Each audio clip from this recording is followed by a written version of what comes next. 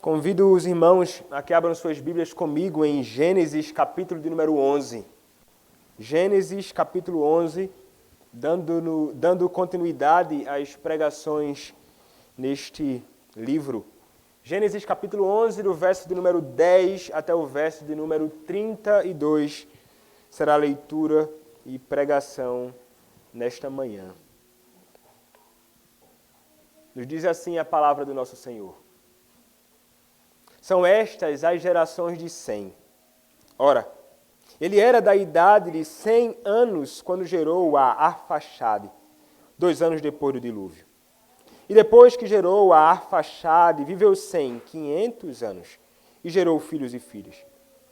Viveu Arfaxade 35 anos e gerou a Salá. E depois que gerou a Salá, viveu Arfaxade 403 anos e gerou filhos e filhas.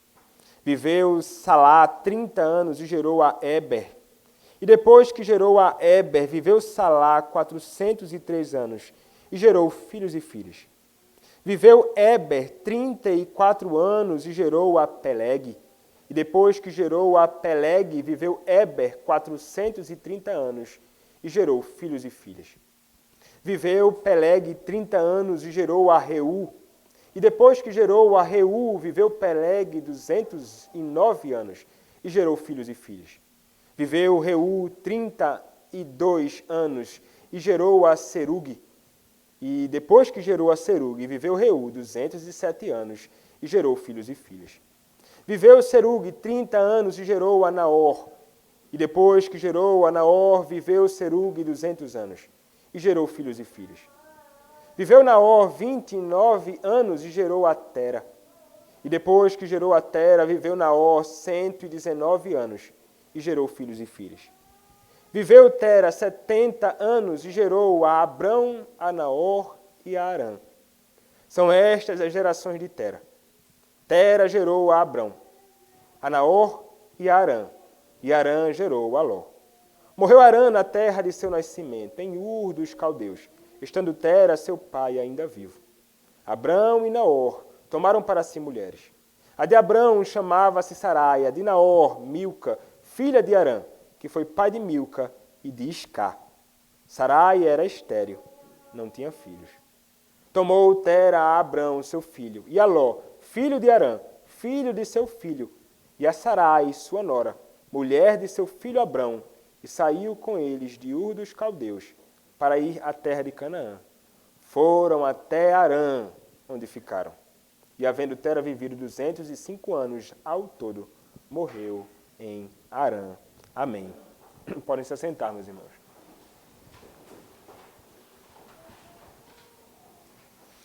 Vamos orar mais uma vez ao nosso Deus. Senhor, nosso Deus, a Tua palavra, Senhor, é mais uma vez aberta nesta manhã. E mais uma vez, Senhor, queremos ouvir o Senhor falar. O Senhor falou conosco nos convidando à adoração pública. O Senhor falou conosco revelando-nos a Tua vontade. O Senhor falou conosco concedendo-nos a certeza do perdão. E mais uma vez agora o Senhor fala com o Teu povo através da pregação da palavra. Peço-te, Senhor, que o Senhor me use na manhã deste dia para a glória do Teu nome. Que o Senhor me use com poder e graça na pregação do Teu Evangelho.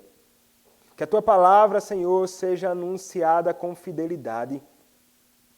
E que este texto, Pai, tão antigo, mas tão atual, possa falar aos nossos corações.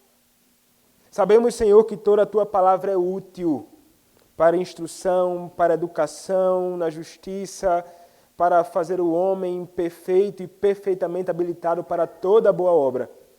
E sabemos, Pai, que através deste texto, alguma lição o Senhor tem a ensinar para nós. Fala, Senhor, com a Tua igreja, e que aqueles que aqui estão, Pai, possam ouvir com atenção a Tua palavra, que sejam atentos, Senhor, ao que o Senhor tem a falar. Fala com o Teu povo, Senhor, é o que nós te pedimos. Em nome do Senhor Jesus Cristo, o teu bendito Filho. Amém. Meus irmãos, nós chegamos a mais uma genealogia. Como falei em outras pregações, quando falamos sobre genealogia, algumas pessoas olham para esses textos e ficam sempre se questionando o que há de proveitoso em o Senhor colocar nome após nome. O que há de proveitoso em o Senhor colocar e dizer, e fulano gerou cicrano e viveu tantos anos, e fulano gerou cicrano e viveu tantos anos, e teve filhos e filhas. O que há de proveitoso nisso? O que há de bom nisto? O que há de edificante nisto? Que o Senhor quer me ensinar através de porções da Escritura como esta. Porque, como já mencionei, talvez você tenha feito isso, talvez faça, e se faz, não faça mais. Você talvez seja um daqueles que pega, olha para textos como este e vê um monte de nomes desta natureza, e então, deixa eu passar aqui essa folha aqui, porque está muito interessante não, esse negócio. Mas, meus irmãos, a realidade é que toda a palavra do Senhor, ela é inspirada por Deus e ela é útil para o ensino do homem. E quando Paulo fala, ele está falando e se referindo de modo ainda mais especial ao Antigo Testamento. E ele não diz, olha, algumas partes da Escritura são úteis para a instrução do homem e para a edificação dele. Ele diz toda a Escritura. Portanto, meus irmãos, quando nós olhamos para estes versos, nós devemos olhar para isto e pensar o que o Senhor, nosso Deus, Ele quer falar com a sua igreja a partir desta porção da Escritura. E, meus irmãos, o Senhor tem coisas para nos ensinar através desta porção, sim. O Senhor, através destes nomes, através dessas gerações, Ele quer revelar a sua soberania, Ele quer revelar a sua glória, e Ele quer mostrar que Ele é o Deus que conduz absolutamente todas as coisas e o seu povo, inclusive quando apresenta essas genealogias, e quer nos mostrar que Ele é um bendito Redentor do seu povo. Ele quer nos mostrar, meus irmãos, que através destes textos, que aparentemente nenhuma lição tem para nos trazer, Ele quer mostrar que Ele é o Deus, que no meio de nomes e até mesmo de pessoas corruptas, Ele é o Deus que levanta do meio destes aqueles que são os seus eleitos. Ele vai revelar, meus irmãos, através desta porção, que Ele é o Senhor que preserva e mantém o seu povo e que é o Senhor que elege aqueles que são seus, mesmo do meio de gerações corruptas. É isso que nós veremos, meus irmãos, a partir desta porção da Escritura que nós acabamos de ler. E então nós olhamos para os versos primeiros que nós lemos, do verso de número 10 até o verso de número 26. E nós encontramos o Senhor nos apresentando aqui os descendentes de Sem. Quem foi Sem? Como vimos, meus irmãos, nas exposições passadas, Sem foi um dos filhos de Noé. Um dos 3 filhos de Noé. E nós vimos que Noé, sendo um homem abençoado por Deus, um homem temente ao seu Deus, ao Senhor o abençoou com filhos. E nós vimos que desses 3 filhos, um deles, chamado Cã, foi aquele que, ao invés de honrar o seu pai, ao invés de obedecer à lei do Senhor, sendo um filho obediente ao seu pai, ele fez algo perverso. Ele fez algo mal com o seu pai. E isso provocou a ira do seu pai a ponto deste homem chamado Cã ser amaldiçoado. Mas enquanto este homem estava sendo amaldiçoado, outros filhos dele foram grandemente abençoados. Sem e Jafé. E Sem, meus irmãos, foi aquele que o Senhor disse, o Senhor, Yahvé, é o teu Deus. Ele é o teu Deus. E, meus irmãos, quando nós olhamos para estas porções da Escritura que nós já consideramos, nós percebemos que Sem, ele é um bendito descendente da mulher. Nós falamos um pouco sobre isto aqui. Quando nós falamos em Gênesis capítulo 3, nós vimos que existem duas linhagens, dois povos distintos. Aqueles que são os descendentes da serpente, isto é, de Satanás, filhos da ira, e aqueles que são os descendentes da mulher. E vimos que o Senhor, durante toda a história da revelação, meus irmãos, é o Senhor que vai sempre estar preservando aqueles que são os descendentes da mulher, isto é, a semente santa. A semente eleita. E aqui, meus irmãos, nesses versos primeiros de Gênesis, capítulo de número 11, versículo 10 até o versículo de número 26, nós encontramos justamente aqueles que são descendentes físicos daquele que era descendente da mulher. Sem era um crente.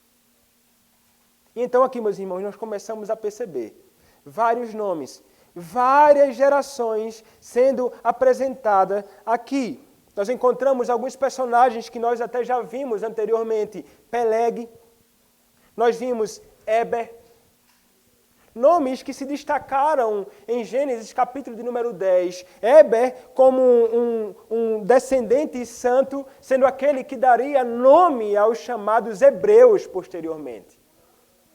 E nós vimos que este homem, Eber, ele teve 2 filhos, pelo menos apresentados ali, Joctã e Peleg. Nesses versos, meus irmãos, que nós acabamos de ler então, nós encontramos registrados esses filhos santos desse homem santo chamado Sem. E com o propósito, meus irmãos, o propósito de Moisés aqui é mostrar até onde vai a descendência de Sem. O propósito de Moisés é trazer os nomes daqueles que antecederam aquele sobre quem ele deseja falar de modo mais específico nos próximos capítulos. A função destes nomes nesta genealogia é simplesmente apontar para Abrão mais à frente. Ele quer destacar o fato, olha, Abrão, ele é descendente desta semente santa. Mas é interessante, meus irmãos, nós observarmos essa genealogia e percebemos que nesta genealogia há algo diferente das outras. Nós percebemos, por exemplo, que há uma grande diminuição na extensão dos dias de vida dos homens. Nós vimos, numa das genealogias que expomos aqui, que os homens viviam e viviam muito. Muitos e muitos anos eram vividos por eles. Contudo, percebemos que posterior ao dilúvio, parece que as coisas começaram a mudar. E nós percebemos ali uma diminuição considerável nos dias de vida desses homens. E aqui está, no texto que nós lemos, uma diminuição realmente considerável aqui. Parece que as palavras de Moisés, que nós encontramos no Salmo de número 90, elas encontram expressão, e é verdadeiro demais. Quando muito alguns conseguem chegar, talvez, aos 80 anos de idade, isto passou a ser, meus irmãos, o que passou a acontecer com todos aqueles que eram homens neste mundo, independentemente de serem eles crentes da semente santa ou não. Outra coisa que nós percebemos também, meus irmãos, nesta genealogia, é que Moisés, ele foca em alguns personagens particulares. Ele poderia falar sobre muitos outros. Há muitos outros nomes. Estes homens que ele menciona aqui nesta lista tiveram muitos e muitos filhos. E nós poderíamos então perguntar, mas por que razão então ele não apresenta os nomes de todos eles? Porque, meus irmãos, ele tem um propósito específico em mencionando tais nomes, apontar para o que ele quer. Ele simplesmente, meus irmãos, mencionando estes nomes em particular, ele quer chegar ao que seria o seu ponto principal, que é o destaque de Abrão como um descendente direto destes. Então ele seleciona aqui, meus irmãos, nomes particulares, que como que representam os outros nomes que de forma alguma são aqui mencionados explicitamente. Como mencionei, nós sabemos que à luz de Gênesis capítulo 10, que Éber ele não teve apenas Peleg, mas também Joquitã. Poderíamos então perguntar também, por que razão cita um e omite outro? A intenção, meus irmãos, de Moisés com Peleg é justamente focar no descendente eleito. Joquitã não era um filho eleito de Éber, mas Peleg.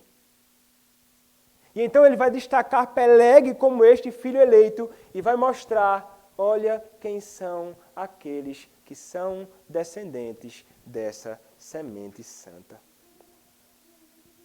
O que podemos perceber então, meus irmãos, quando nós olhamos para esta ação do Senhor soberana em preservar geração após geração dessas pessoas, é que o Senhor, Ele é um Deus que, através da sua providência, Ele governa soberanamente tudo isto, e de modo algum, meus irmãos, mesmo depois de gerações e gerações, Ele permite que aqueles com quem Ele deseja manter um relacionamento todo especial sejam perdidos.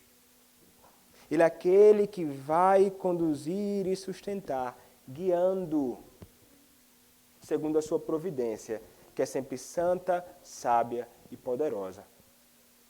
E Ele faz isso, meus irmãos, mesmo que no meio destes que são descendentes de alguém santo, mesmo que no meio deles surja pessoas que não agem como verdadeiros descendentes de uma semente santa. E é justamente, meus irmãos, isto que nós perceberemos aqui. Vai chegar e vai ser revelado que era descendente de Sem, um homem que vivia perversamente e na idolatria. É isso que nós encontramos, meus irmãos, quando nós passamos a considerar a partir do verso de número 27 de Gênesis, capítulo 11. São estas as gerações de Tera. Tera gerou a Abrão, a Naor e a Arã, e Arã gerou a Ló. Vejam, meus irmãos, o personagem descendente de Sem, chamado Tera, ele é o pai de 3 homens destacados aqui, Abrão, Naor e Arã. E Moisés, meus irmãos, se encarrega de destacar aqui neste verso que Arã foi o pai de Ló. Por que mais uma vez então esse destaque? Porque Ló será um personagem importante na história. Parece que Moisés aqui ele está começando a destacar alguns personagens que serão importantes na narrativa posterior. Vejam, meus irmãos, nós estamos aqui no final de um grande bloco e de uma grande seção no livro de Gênesis, que termina justamente em Gênesis capítulo 11. A partir do capítulo 12, nós teremos um outro grande bloco na narrativa aqui do livro de Gênesis. E ele então vai concluir apresentando aqueles que serão personagens principais na história que ele passará a contar a partir de Gênesis capítulo 12. Então aqui está aquele jovem chamado Ló, filho de Arã.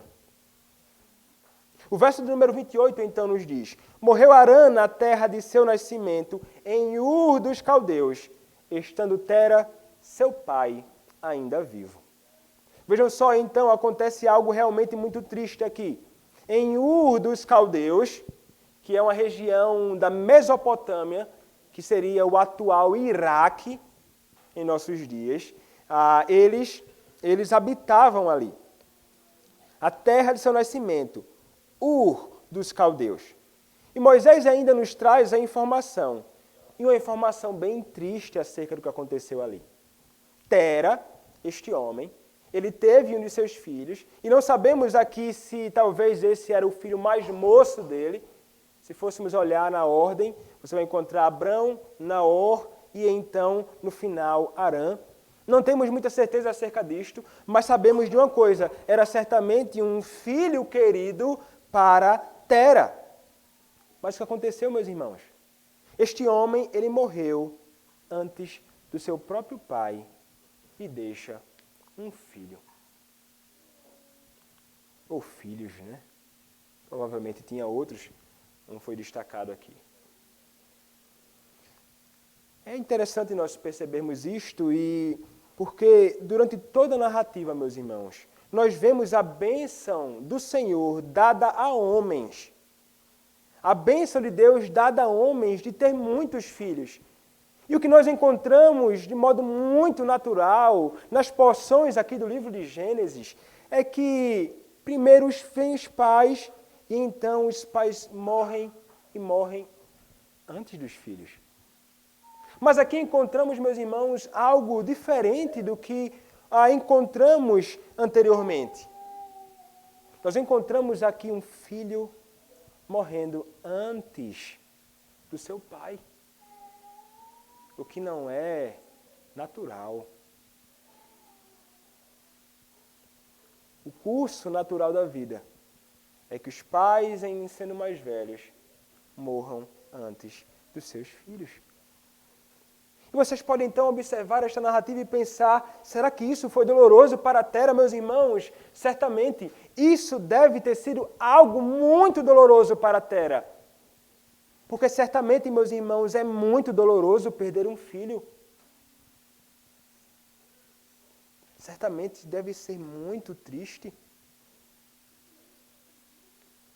Não sabemos, meus irmãos, como Tera foi consolado após perder o seu filho, mas a realidade daqueles que são de Cristo, daqueles que conhecem a Cristo e perdem seus filhos, certamente deve ser algo muito triste, mas uma coisa possuem aqueles que são crentes e perdem seus filhos. Eles possuem o Senhor. E não tenho dúvida que é o Senhor e somente o Senhor quem pode consolar aqueles que enfrentam a dor de perder um filho. Sei que irmãos já enfrentaram isso aqui. Talvez você nunca tenha enfrentado isto, mas você pode acabar enfrentando isso na sua caminhada. Ainda que você pense e jamais queira considerar algo desta natureza na sua vida. O Senhor, que é o Deus da vida, é o Deus que pode tirar a vida, inclusive a vida de seus filhos, antes de você, assim como aconteceu com Arã, filho de Tera. Como reagir diante de uma situação como esta? Se voltar para o Senhor irado, blasfemando contra Ele? É se voltar contra o Senhor irado, pensando assim, o Senhor não é tão bom assim, como pode o Senhor administrar a minha vida e tirar antes de mim o meu filho? Não, meus irmãos. A atitude daqueles que temem ao Senhor, ainda que seu coração muitas vezes esteja grandemente perturbado e angustiado, que até pode o levar a questionar muitas vezes, é dizer, como o próprio Jó disse, o Senhor deu, o Senhor tomou, bendito seja o nome do Senhor. Muitos homens enfrentaram isto e é impressionante como nós podemos ver a graça do Senhor em sustentar pais e mães, mesmo em meio a aflições assim. Quando você pensa no período dos puritanos, por exemplo, eu espero estar sendo preciso, um teólogo chamado John Owen, ele teve 11 filhos. Morreram os 11 filhos. Imagine como isso deve ter sido doloroso para este homem. Calvino teve filhos. morreram todos os filhos. E nós não encontramos nas obras desses homens uma ocasião em que eles ficam lamentando por isto. Mas eles sabem que foi o Senhor quem conduziu isto. Portanto, bendito seja o Senhor, mas é o Senhor somente que pode consolá-los. O Senhor muitas vezes age assim. Pais, vocês devem, portanto, estar firmes no Senhor, pois isso pode acontecer com vocês, eu espero que não. Mas muitas vezes é assim que o Senhor age, para nos ensinar algo, muitas vezes para nos preparar para algo. Vocês também, filhos, saibam que nem sempre vocês viverão tanto quanto os seus pais. Por vezes o Senhor, Ele pode simplesmente tirar você tão cedo deste mundo. Muitas vezes nós pensamos, não, eu enterrarei o meu pai. Mas não. O seu dia pode chegar antes disso. Por vezes o Senhor chama muitos e muito cedo. Já contemplei isto. Você já contemplou certamente isto. Você sabe de casos assim. É importante, portanto, que você não pense, jovem, você criança, então eu vou esperar para quando mais tarde, talvez na idade do meu pai, eu vou passar a me dedicar à igreja. Eu vou passar a me dedicar às coisas do Senhor. Não, mais tarde, quando eu estiver da idade do meu pai, eu vou passar então a me dedicar às coisas espirituais. Agora sim, eu vou procurar ter um compromisso com o Senhor. Não pense assim. Quando o Senhor o chama hoje para firmar um compromisso com Ele, quando o Senhor o chama hoje para tentar aos seus mandamentos, quando o Senhor o chama hoje, é para que hoje você se dedique a Ele. Porque mais tarde, talvez não exista.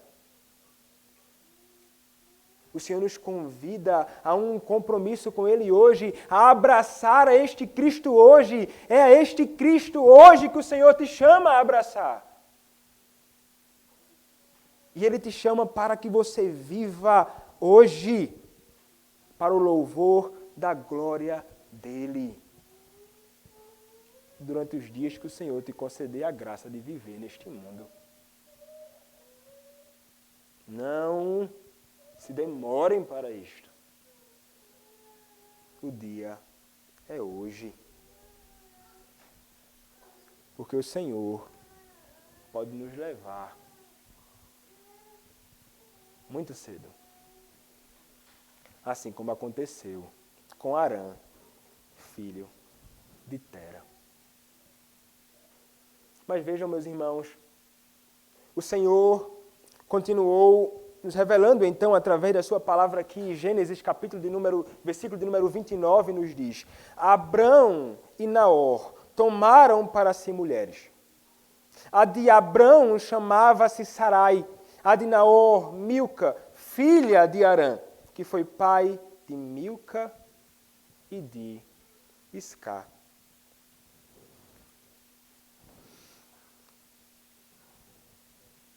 Abrão, meus irmãos, e Naor, filhos de Tera, eles se casam cada um com uma mulher. E Naor, meus irmãos, se casa com Milca. Milca era a sobrinha do próprio Naor. Ela era uma das filhas de Arã, aquele que morreu. Até aquele momento, meus irmãos, um dos modos através do qual o Senhor ele preservava uma semente santa era justamente entre o casamento entre família naquele período. Mas, posteriormente, na lei de Moisés, nos deparamos com a proibição disso. Isto não existe mais hoje, isso é pecado. Abrão, outro filho de Tera, casou-se então com Sarai. Sarai era sua meia-irmã, certamente filha de uma outra mulher de Tera. Então aqui está as famílias formadas, como o Senhor mesmo ordenou no seu mandato social, um homem se juntando à sua mulher. E eles procuram cumprir isto no seu mandato social, unindo-se a elas todas. Contudo, meus irmãos, mesmo eles fazendo aquilo que deveriam fazer, no mandato social, unindo-se às suas mulheres, algo impede que Abrão e Sarai cumpram de modo mais pleno o mandato social que envolve o ter filhos. Qual a declaração que nós encontramos no versículo de número 30? Sarai era estéril, não tinha filhos. Sarai era estéril, não tinha filhos. É interessante, o autor, Moisés, faz questão de destacar, repetindo, para reforçar, caso não tenhamos percebido a declaração. Era estéril, não tinha filhos. Meus irmãos, num contraste com toda a fertilidade encontrada em todas as gerações até aqui, vemos Sarai sendo revelada como estéril. Nós vimos aqui vários homem e mulher, filhos, homem e mulher, filhos, homem e mulher, filhos, homem e mulher, filhos, filhos e muitos filhos ali. Muitas mulheres tendo vários nenéns, mas Sarai com um ventre infértil.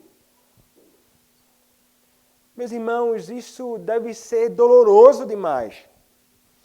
Isso deve ter sido doloroso demais para aquela mulher. Deve ter sido doloroso demais para Abrão junto a ela. Vejam só, o escolhido, filho de Deus, é justamente o que não pode ter filhos. Aquele que se tornará o servo do Senhor, um homem amado com uma fé extraordinária. O Senhor não abençoou com filhos aqui. O Senhor muitas vezes não concede filhos. Louvado seja o Senhor pela bênção de conceder filhos a muitos, mas há muitos que não têm a graça de ter filhos. Calvino, comentando, disse assim: assim aprouve a Deus humilhar seu servo. E não podemos ter dúvida de que Abrão sofreria severa angústia por causa dessa privação. Ele vê os perversos gerando filhos por toda parte, em grandes números, para cobrirem a terra. Somente ele se vê privado de filhos. Vejam só, meus irmãos, é a infertilidade batendo na porta de Abrão e de Sarai. Isso deve ter deixado os meus irmãos muito tristes inicialmente. Porque certamente a dor da infertilidade deve ser muito grande para aquelas que entendem que foram chamadas para ser mãe.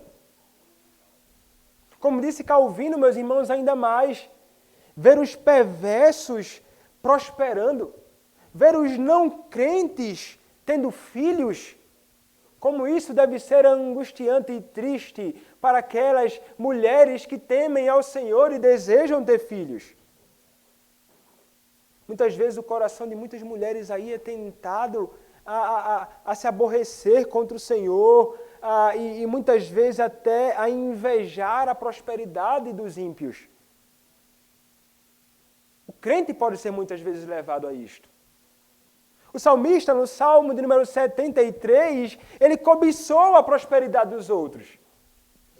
Ele teve inveja, a ponto, inclusive, de quase os seus pés resvalar. Porque, meus irmãos, isso é tentador e isto pode acontecer conosco muitas vezes. Talvez você não seja uma mulher estéril. Você foi abençoada com a graça de ter filhos, e muitos filhos. Mas você pode conhecer alguém que enfrenta isto. Você talvez por um tempo tenha tido bastante dificuldade para ter filhos. Talvez alguém na sua família enfrente isto, talvez alguma de suas filhas posteriormente enfrente uma dor como esta, desejando ter filhos e talvez não consiga ter filhos. Isto certamente vai ser doloroso para ela. Muitas mulheres neste mundo têm enfrentado isto e isto tem sido um caos para elas. Muitas ficam tentando e tentando, ano após ano, ter filho. Tratamento mais tratamento para ter filho. Tudo gira em torno de ter filhos, muitas vezes. Sendo um interesse legítimo, mas que muitas vezes, meus irmãos, começa a tomar tanto conta do coração dessas mulheres, um desejo legítimo, que muitas vezes até começa a trazer problemas para o casamento. Quando o desejo, por exemplo, dela se relacionar com o seu marido, o propósito é ter filhos. E toda vez, então, que ela entra nesse relacionamento com o seu marido, e então ela percebe, não gerei mais uma vez, e aquele momento que deveria ser de prazer e deleite para os dois, se torna mais uma lembrança amargurada de que tentei e não veio filhos. Isso pode gerar um caos na família. Mas o ponto aqui, meus irmãos, é a dor. A dor que certamente alcança o coração dessas mulheres por aí. Mas o que é que nós devemos então fazer? O que nós, como cristãos, devemos falar para mulheres que enfrentam situações como esta?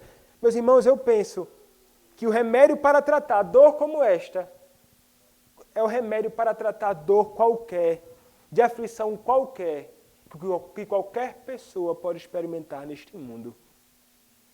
É apresentando a realidade de que a graça de Deus em Cristo é maior que a dor. A graça de Deus em Cristo é muito maior que a dor que qualquer pessoa pode enfrentar por qualquer problema que chegar à sua porta. E é isto, meus irmãos, que nós devemos apresentar a estas pessoas. Não tem remédio melhor. Não tem coisa melhor que apresentar a Cristo. Fazer com que esta pessoa se apegue a Cristo.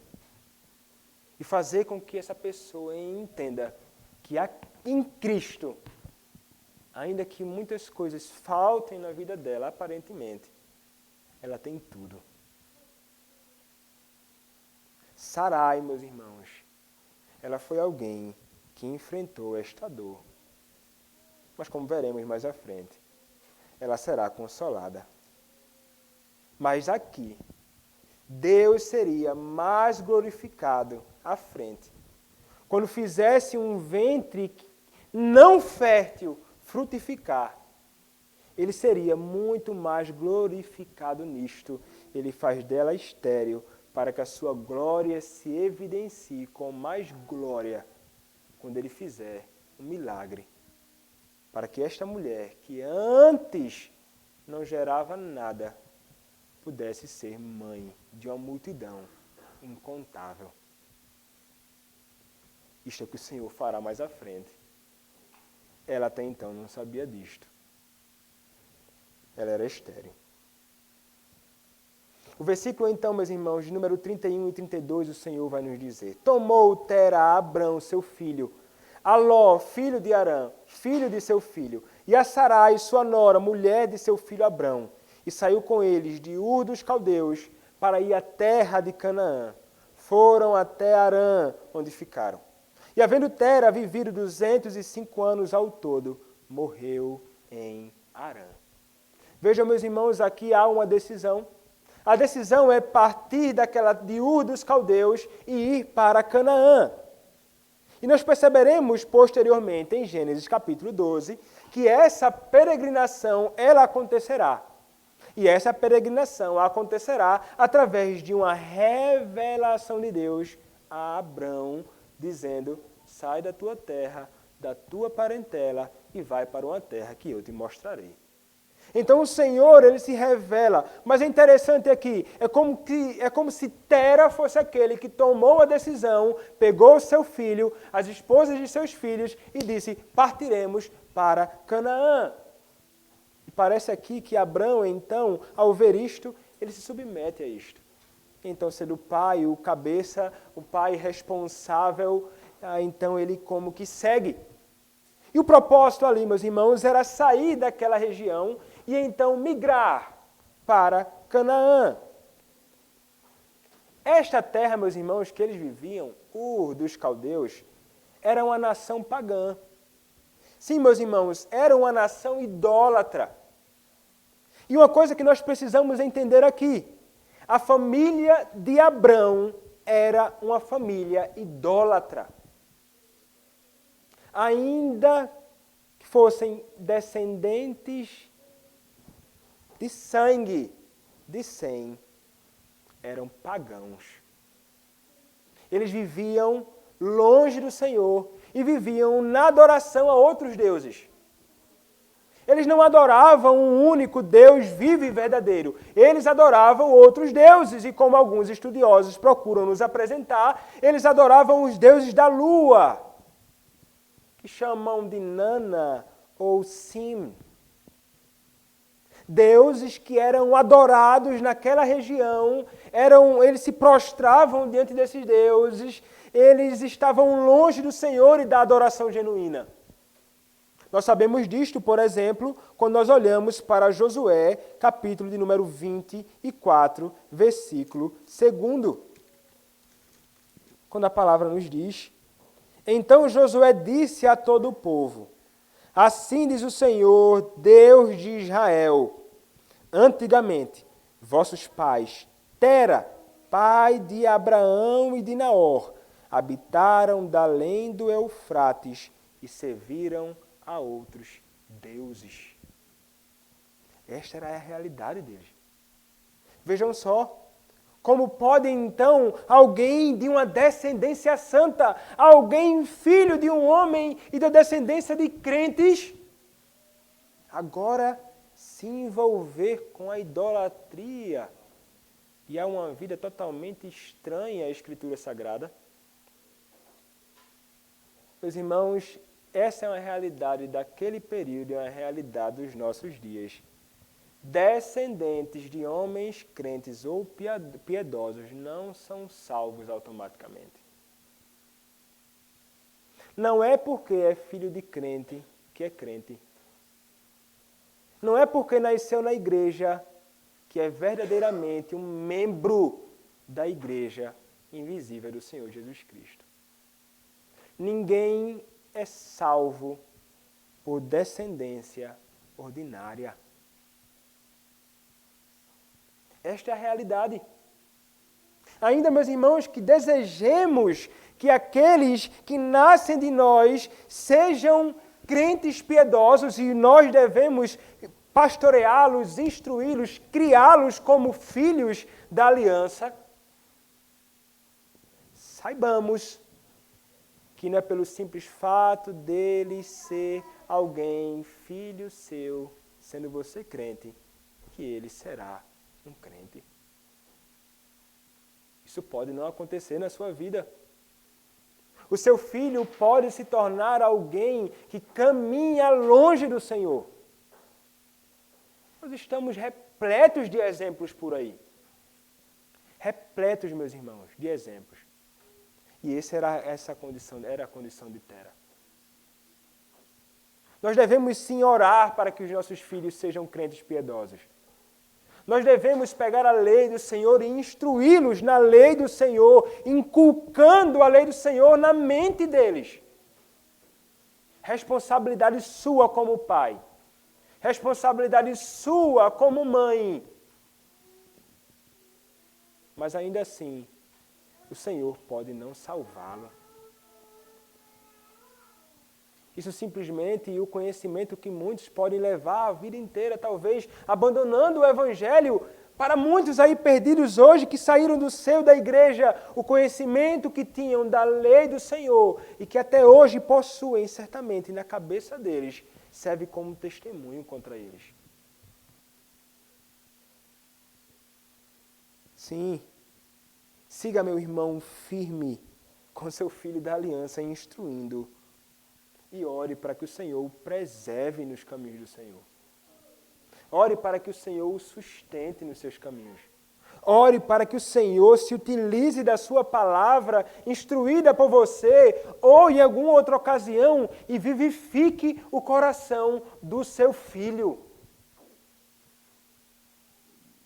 Porque assim como os filhos de muitos outros, ainda que expostos o tempo inteiro ao Evangelho, precisa de regeneração, precisa de transformação, precisa da obra do Espírito Santo de Deus agindo, como você precisou, para que você pudesse ser salvo do inferno. Filhos de crentes não são salvos automaticamente. Mas vejam, meus irmãos, há muitos que mesmo estando envolvidos numa família que não é santa, há muitos que mesmo estando enfiados em famílias idólatras e pagãs neste mundo, conhecem o Senhor. Vejam, meus irmãos, uma 10ª geração passada, surge um personagem principal. Foi assim com Noé, assim também com Abraão. Se você contar, de Adão até Noé, 10 gerações se passaram. Noé é evidenciado como um crente e alguém que agiria em favor do seu povo, como um mediador. 10 gerações se passaram de Noé até Abrão. E, meus irmãos, a ideia de 7, a ideia de 10 nos textos do Antigo Testamento apontam para a ideia de completude. Apontam, meus irmãos, para a ideia de uma geração completa. É um número perfeito. E aqui, meus irmãos, então é evidenciado, destacado, levantado Abrão. Abrão, meus irmãos, como disse um comentarista, é outro Noé, que era a 10ª geração a partir de Adão, com quem Deus começará novamente. O Senhor, meus irmãos, então chamou um homem que não conhecia Deus, do meio de uma família que não temia Deus. E aqui nós contemplamos, meus irmãos, a soberania de Deus. A soberania de Deus sendo evidenciada. A soberania de Deus na salvação do seu povo sendo evidenciada. É o Senhor revelando que mesmo no meio de pessoas corruptas, existem aqueles que são seus eleitos e que Ele salva soberanamente, meus irmãos. Você pode muitas vezes contemplar famílias destroçadas neste mundo, envolvidas com o pior paganismo deste mundo. Mas nunca devemos pensar que dali nada de bom sairá. O Senhor tem seus propósitos. O Senhor agiu soberanamente aqui na vida de Abrão, tirando de uma nação e de uma família corrupta. E vejam, meus irmãos, que coisa extraordinária. O Senhor fez deste homem, envolvido numa família totalmente torta, e fez dele um grande servo dele e missionário. Um grande servo dele, que propagou e fez com que o conhecimento de Deus fosse conhecido no mundo. Abraão será chamado mais tarde. E vejam, meus irmãos, aqui, o Senhor, na vida de Abrão, começa aqui como a prepará-lo para isto.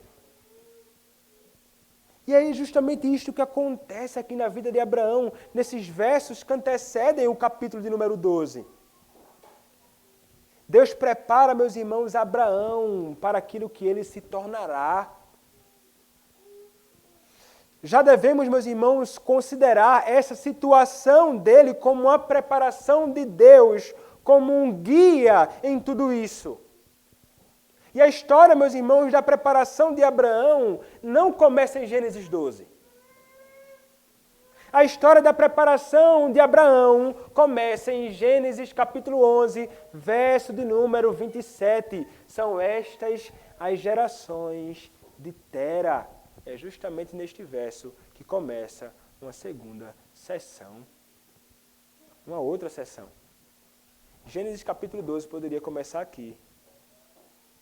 É aqui que começa a estar dividido o texto. A preparação de Abraão começa antes de Gênesis capítulo 12. Vejam, meus irmãos, o Senhor, ele prepara os homens. Vejam, veremos mais à frente, foi assim com Moisés.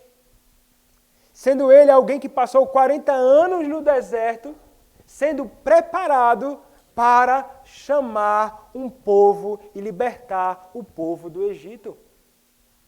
Abraão, meus irmãos, ele estava sendo preparado quando foi considerado que eles deveriam ir para Canaã. Como veremos e como vimos, eles não foram. Onde foi que eles pararam? Quando nós olhamos para o texto, eles pararam noutra região. Eles pararam em Harã. Nunca foram para Canaã. Onde foi que morreu Tera? Tera morreu em Harã. Nunca foi para Canaã.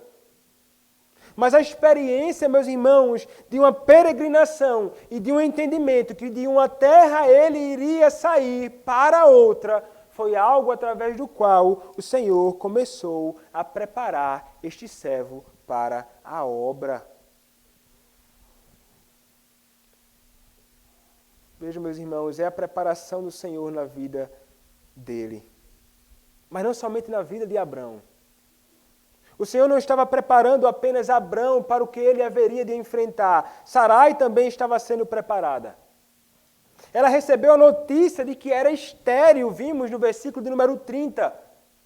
E como disse, meus irmãos, um comentarista, não ser capaz de ter filho em uma sociedade em que o valor da mulher era medido por sua fertilidade, era de fato um golpe amargo. Sarai deve ter derramado muitas lágrimas amargas por causa de sua incapacidade de gerar filhos. Mas, paradoxalmente, sua incapacidade nesta área era uma parte crucial da preparação que Deus lhe dava para desempenhar seu papel no plano do Senhor. Para ser a mãe do filho da promessa, era necessário que ela fosse incapaz de gerar filhos sem a intervenção direta de Deus.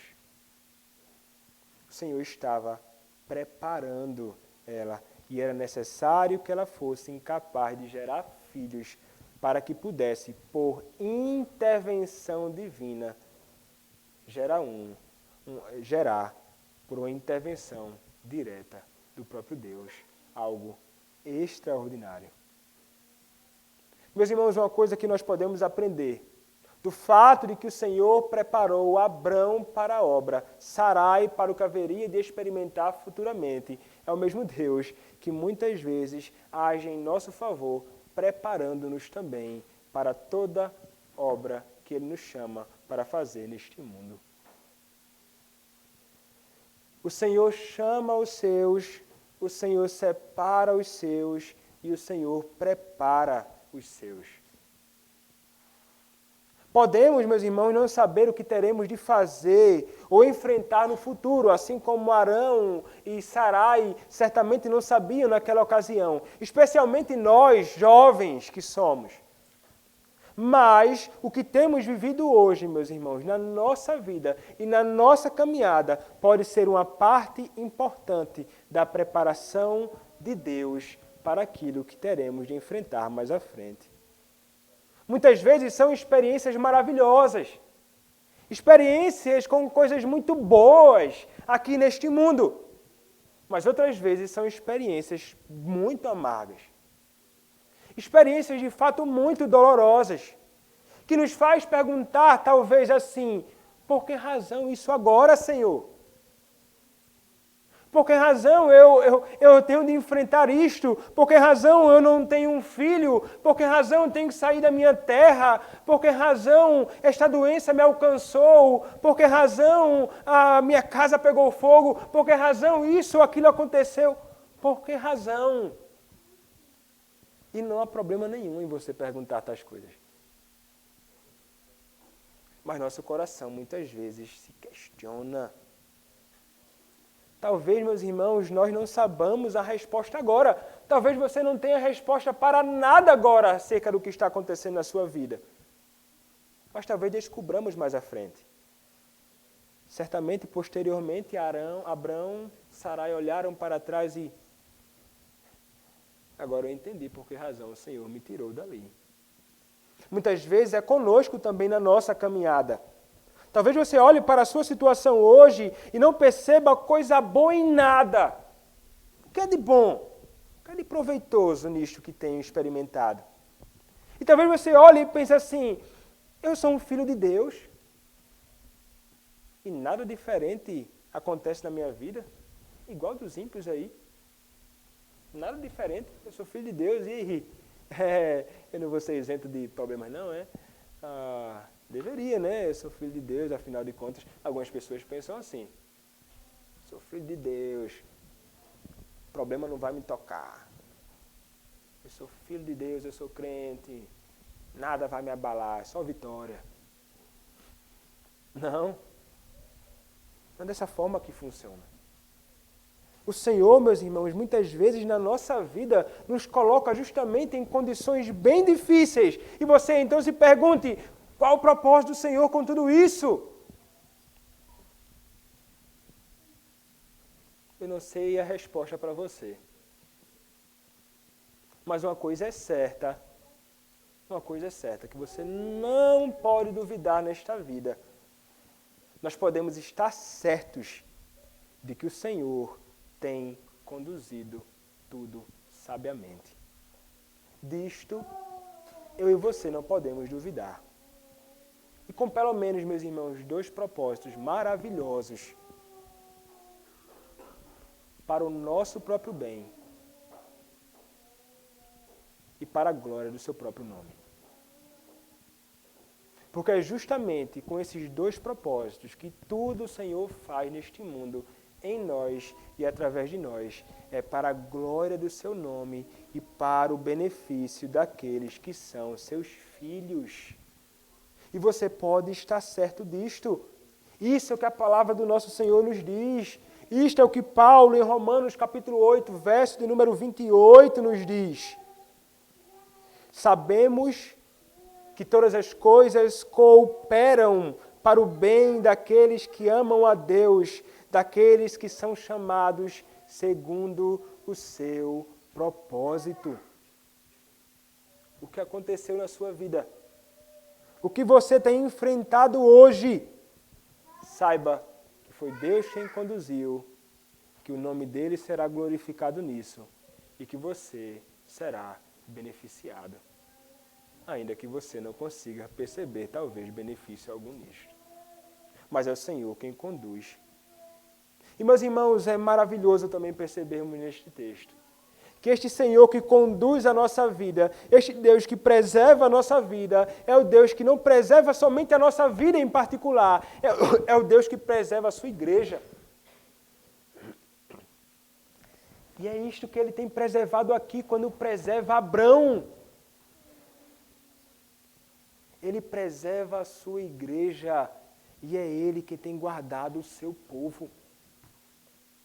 A igreja do Senhor Jesus Cristo está preservada e firme hoje, porque este Deus que preservou Abraão é o mesmo Deus que nos preserva hoje. E como é maravilhoso sabermos que estamos sob o cuidado deste mesmo Deus que cuida de nós em absolutamente todos os momentos e que sustenta a sua igreja neste mundo perverso, idólatra e mau, como nos dias de Abraão.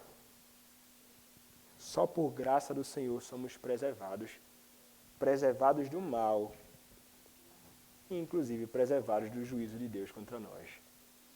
Sim, meus irmãos, Deus é aquele que preserva aqueles que estão unidos a Cristo, o cabeça da igreja.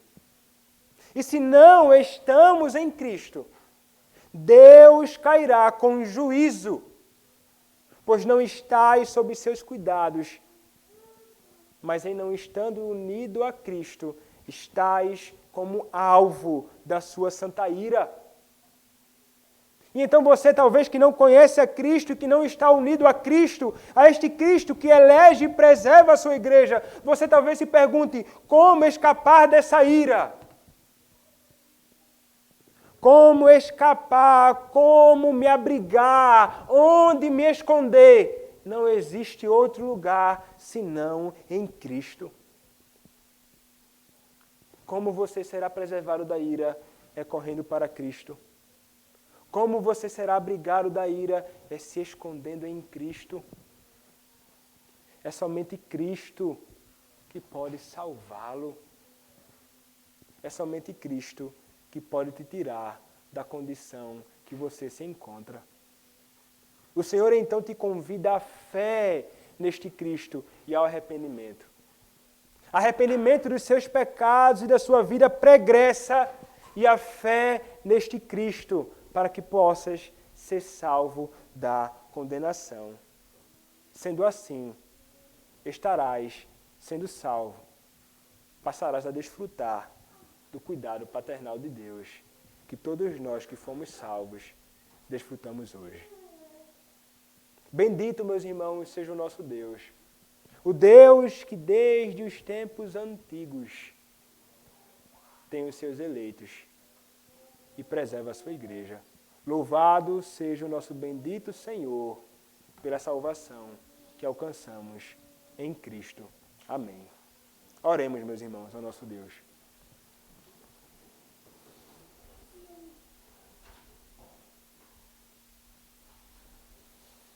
Senhor, nosso Deus, te pedimos, Pai, que o Senhor nos ensine a viver, Pai, para o louvor da Tua glória. Que o Senhor nos ensine a vivermos, Pai, gratos também a Ti. Porque nós não merecíamos nada, mas fomos eleitos por Ti. Merecíamos, na verdade, a condenação, mas o Senhor nos escolheu na eternidade, tirando-nos das trevas e transportando-nos para o Teu reino. Te damos graças, Pai, por isto. Ajuda-nos a vivermos, uma vez salvos, Pai, de modo digno da nossa salvação. É o que nós te pedimos, ó Pai, e fazemos isto em nome do Senhor Jesus Cristo. Amém.